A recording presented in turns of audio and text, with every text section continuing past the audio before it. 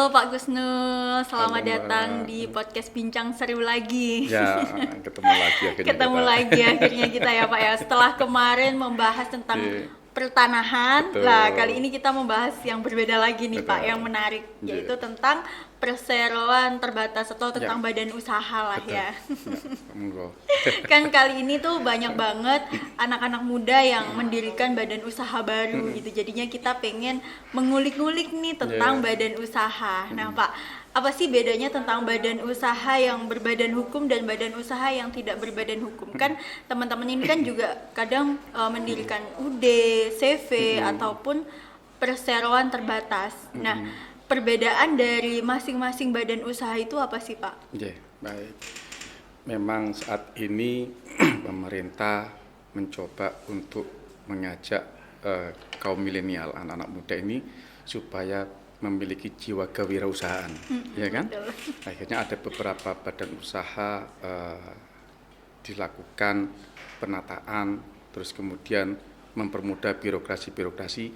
Bahkan ada satu badan usaha baru yang dinamakan dengan perseroan perseorangan. Iya. Ya, terkait badan usaha itu kalau kita bisa melihat, kita bedakan menjadi dua badan usaha. Badan usaha yang berbadan hukum dan badan usaha yang tidak berbadan hukum. Badan usaha yang tidak berbadan hukum itu contohnya adalah perseroan komanditer, terus kemudian usaha dagang, ya.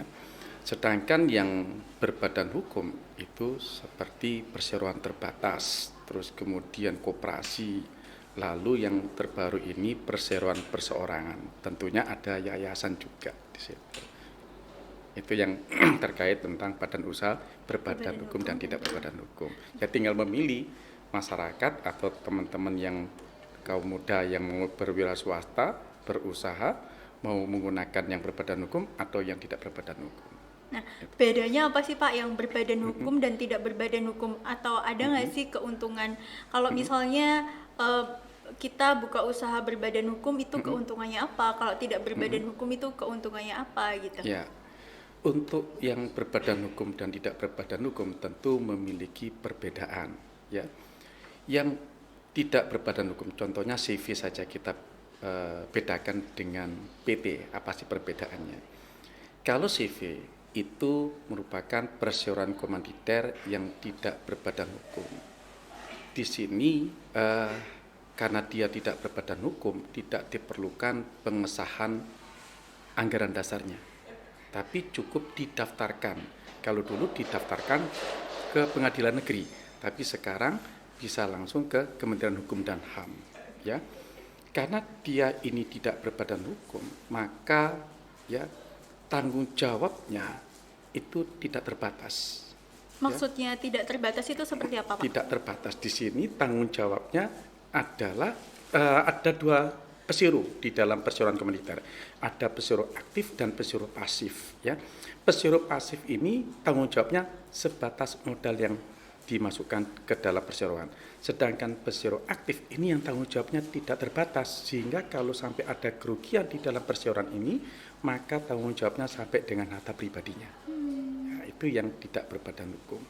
Sedangkan yang berbadan hukum seperti perseroan terbatas, ya, ini pertama anggaran dasarnya atau akte pendirian yang dibuat di hadapan notaris harus mendapatkan pengesahan dari Kementerian Hukum dan HAM.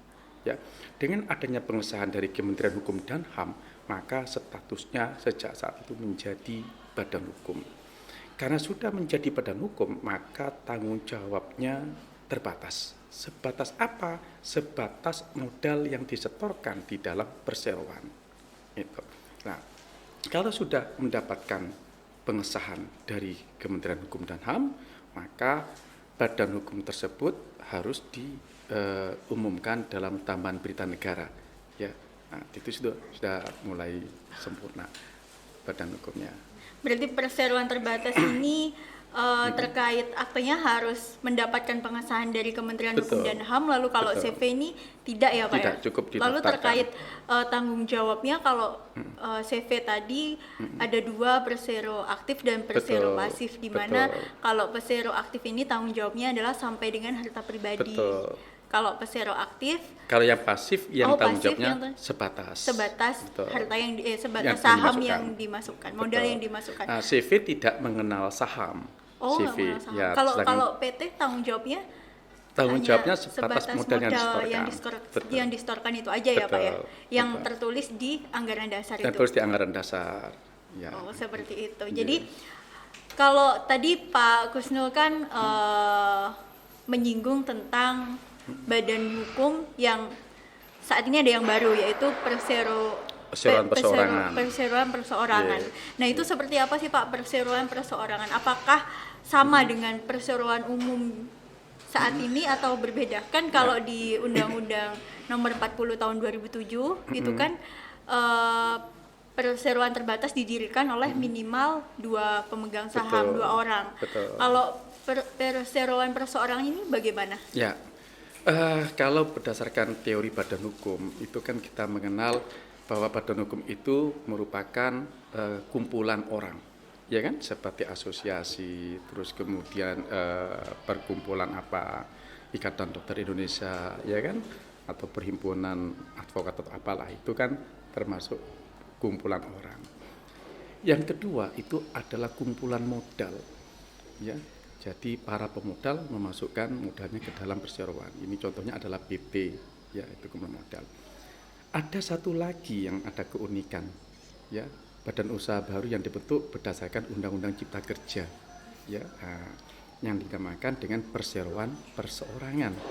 Nah, di sini bukan kumpulan orang, karena didirikan oleh satu orang, ya, juga bukan kumpulan modal, karena pemodalnya cuma satu. Ya, tetapi karena pemerintah ini bertujuan baik untuk menggalakkan keinginan atau mengakomodasi niat baik kaum milenial supaya bisa berusaha, maka dibentuklah perseorangan ini dengan kemudahan-kemudahan birokrasinya, sehingga tidak perlu ada pemodal lain, dia bisa seorang diri untuk mendirikan badan hukum. Itu.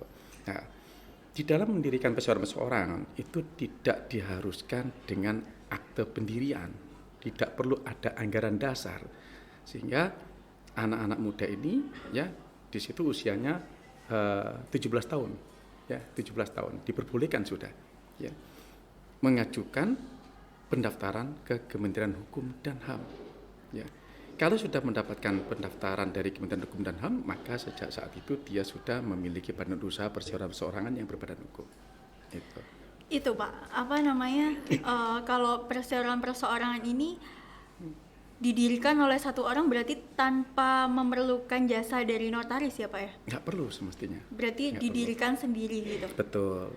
Nah, lalu untuk modalnya itu bagaimana Pak? Apakah ada minimal modalnya? Kalau di perseroan terbatas yang umum dalam Undang-Undang PT itu kan ada minimal modal, kalau nggak salah 50 juta ya Pak minimalnya. Nah, kalau untuk perseorangan sendiri itu ada ketentuan minimal modalnya nggak sih Pak? Untuk perseorangan tidak ada ketentuan modal. Berapa modalnya tidak ditentukan. Tetapi kalau menurut hemat saya, modal, ya, itu harus disesuaikan dengan bidang usahanya, ya kan? Misalnya bidang usahanya dia mau jual beli mobil, tapi modalnya cuma 5 juta, kan nggak mungkin harganya mobil berapa. Jadi harus disesuaikan. Jadi ada nilai kepantasan atau kepatutan, ya, itu.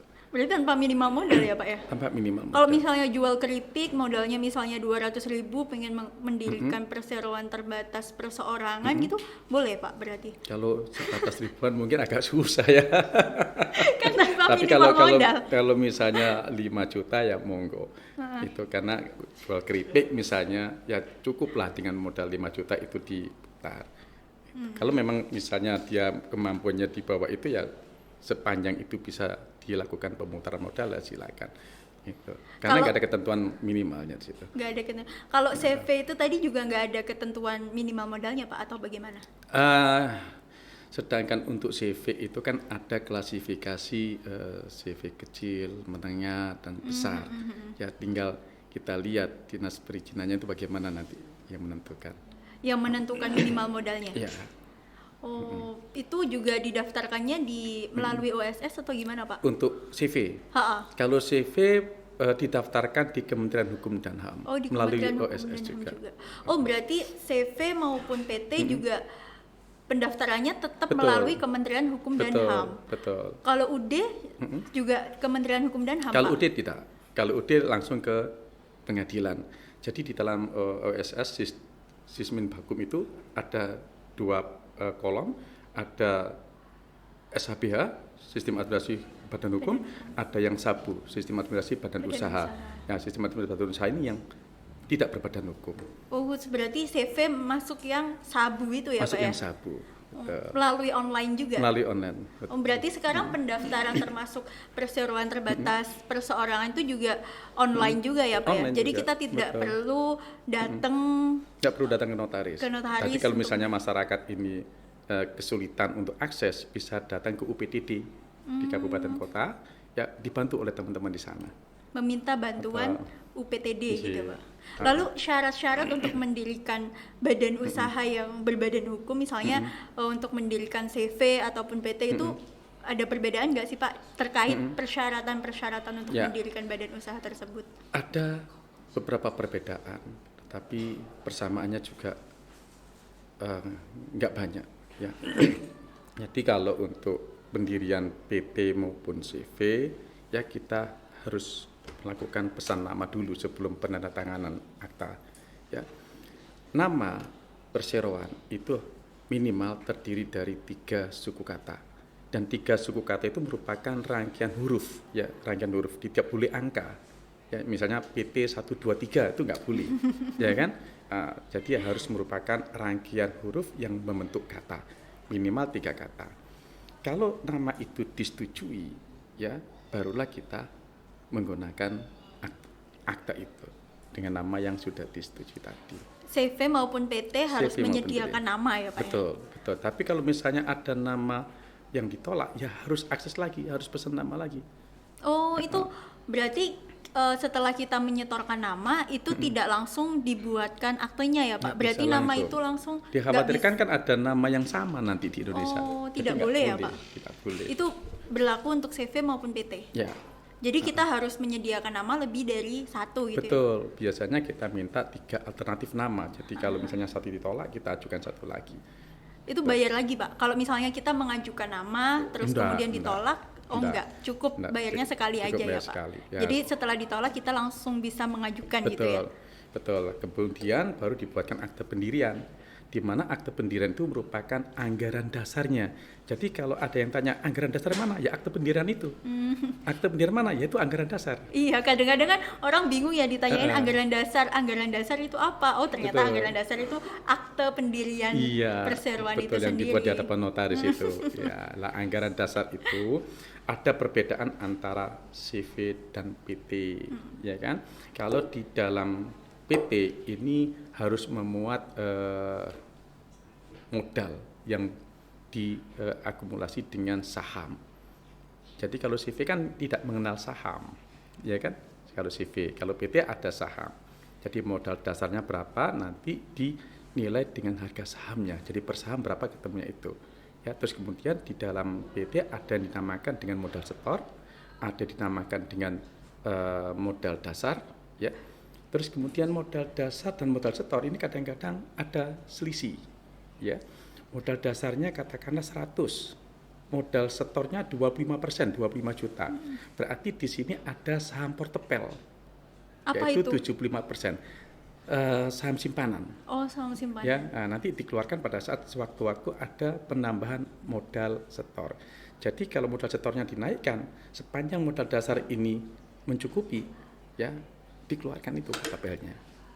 Gitu. Berarti kalau di dalam perseroan terbatas itu lebih rinci ya, Pak ya, terkait Betul, modal. Ada terkait modal modal. dasar, modal disetor dan modal saham portepel portepel, itu tadi. betul. Lah, maksudnya modal disetor ini gimana sih, Pak? Modal disetor, jadi modal dasarnya katakanlah 100. Sedangkan para pendiri ini hanya punya uang 25 juta. Ya enggak apa-apa kan 25%. Minimal? Ya, minimal Atau 25% boleh dari lebih? modal dasar. Oh, berarti Ya. minimal 25%, berarti Betul. boleh lebih ya, Pak ya? Boleh lebih. Nah, 25% ini nanti disetorkan ke rekening atas nama PT tersebut. Gitu. Dan itu harus mengendap, nggak boleh diotak-atik gitu, Pak? Atau gimana? Ya, itu teknisnya para pengusaha nanti. Oh. Yang penting ada pertanggungjawabannya. Itu. Terkait modal itu tadi ya Pak ya. Betul. Lalu apalagi Pak selain modal terus tadi nama itu apalagi Ada persyaratannya? susunan pemegang saham. Kalau Susunan di dalam pemegang PT. saham. Jadi tadi kan kita bicarakan bahwa untuk PT minimal kan 2 orang Iya. atau 2 subjek hukum. Jadi 2 orang atau 2 badan hukum atau di split 1 orang 1 badan hukum boleh. Yang penting ada 2 subjek hukum. Ya, itu yang pertama itu berapa persen, yang kedua berapa persen. Nah, ini nanti berkaitan dengan pertanggungjawaban, ya, pembagian dividen juga. Nah, disesuaikan dengan persentasenya tadi. Sedangkan dalam CV untuk mengetahui pembagian keuntungannya melalui apa? Yang melalui pembukuan yang disediakan oleh perseroan tersebut. Jadi tidak nampak di dalam akte pendirian. Bisa nggak sih Pak kalau misalnya kan badan usaha kan ada 2 badan hukum dan tidak berbadan hukum, CV dan PT. Kalau misalnya CV itu memerlukan modal dan CV dia memerlukan modal dan dia berhutang ke bank, bisa nggak sih CV ini dijadikan jaminan di bank gitu? Ini keunikannya, ini antara normatif dan empiris ini. Ya, secara normatif kita mengenal bahwa subjek hukum itu orang dan badan hukum. Ya. CV ini orang bukan? CV Bukan orang. Badan hukum bukan? Bukan juga. Bukan. Apakah CV ini bisa melakukan perbuatan hukum untuk sebagai debitur? Tidak Unik bisa. di sini. Tidak bisa ya Pak ya? Hah? Tidak bisa. Kalau dilihat dari subjek hukumnya mestinya nggak bisa. Iya, nggak bisa. Karena kita mengenal subjek hukum cuma ada 2, orang dan badan hukum. CV bukan orang, bukan badan hukum. Ya. Jadi kalau toh CV ini mau memerlukan dana, mengajukan kredit ke bank, maka yang diikat adalah para pesuruhnya di situ, bukan badan usahanya. Berarti aset-asetnya ya aset pribadi ya Pak ya, Ya, yang dijadikan jaminan. Betul. CV nggak mungkin memiliki aset berupa tanah, karena subjek hukum hak atas tanah orang dan badan hukum, ya kan? Itu.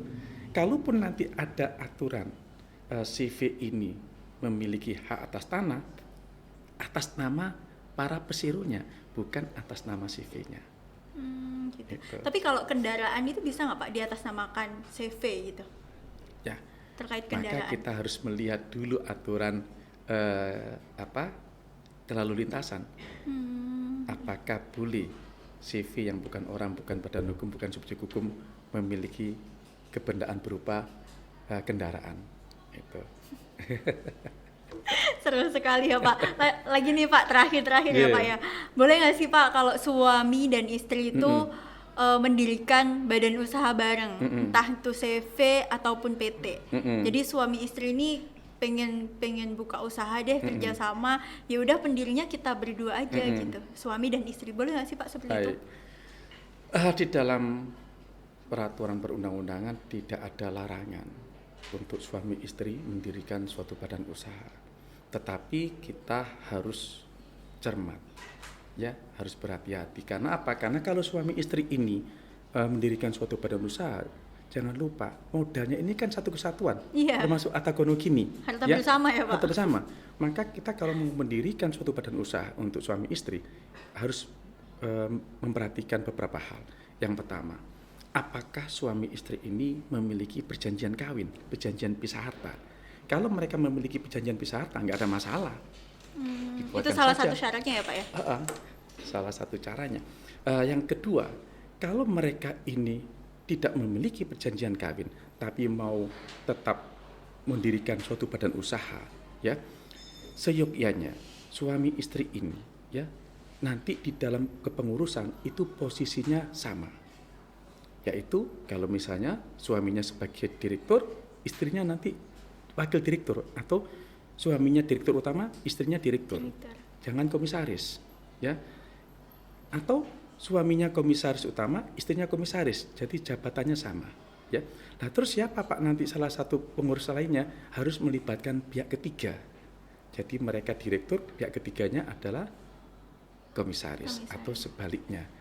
Itu caranya, ya. Nah, terus nanti bagaimana kalau misalnya suami istri ini mau mengalihkan saham? Nggak boleh.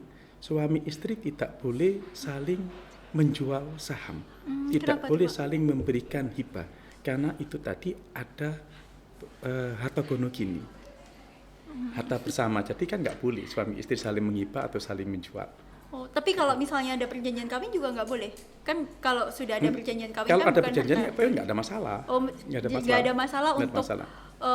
jual beli sahamnya tadi ya Betul, Pak, tapi peralihan saham. tapi harus dijelaskan. Nanti misalnya ada pejabat atau notaris yang membuat akte jual beli saham, disebutkan di dalam komparisinya bahwa suami istri ini ada perjanjian kawin sehingga memisahkan harta mereka. Itu bukti ke notaris ya Pak ya. Ya. Kalau misalnya kita memiliki perjanjian kawin agar bisa diproses gitu ya Pak ya peralihan betul. sahamnya. Tapi Oke. kalau bisa dihindari lah. Daripada nanti kita ribet di kemudian hari ya. Seru sekali Pak bahas badan usaha kali ini. Mungkin Pak Kusnul ada pesan-pesan untuk Law Friends mungkin yang nantinya pengen mendirikan badan usaha maupun PT perorangan atau CV, UD ataupun PT gitu Pak. Baik. Untuk teman-teman milenial, kaum muda yang mau melakukan bisnis, ya jangan ragu-ragu karena pemerintah sudah mengakomodasi, memberikan kemudahan-kemudahan, ya apalagi sekarang usianya 17 tahun sudah bisa mendirikan perseorangan-perseorangan, ya cuma harus diingat perseorangan perseorangan ini ya usia 17 tahun, tetapi pada saat melakukan perbuatan hukum dengan pihak ketiga, tentu pihak ketiga ini akan meminta bukti normatifnya, bukti formilnya berupa pendirian. Nah, ini yang kadang-kadang ada permasalahan hukumnya. Usia kedewasaan ini berapa sih? Karena di dalam Undang-Undang Perkawinan itu 19 tahun sekarang, ya kan? Di dalam Undang-Undang Jabatan Notaris 18 tahun, di dalam BW itu 21 tahun. Terus kemudian di Undang-Undang Cipta Kerja yaitu 17 tahun. Nah, tinggal kita memikirkan pakai lex specialis yang mana ini yang lex specialisnya. Itu aja. Itu tadi tips pesan-pesan dari Pak Kusnul buat Law Friends yang mau mendirikan badan usaha untuk usahanya kali ini gitu, ya Pak ya. Terima kasih banyak Pak Kusnul sudah mau hadir kembali di podcast Bincang Seru. Semoga kita bisa sharing-sharing lagi di lain waktu dengan pembahasan yang lainnya. Baik, kami terima kasih Pak Kusnul.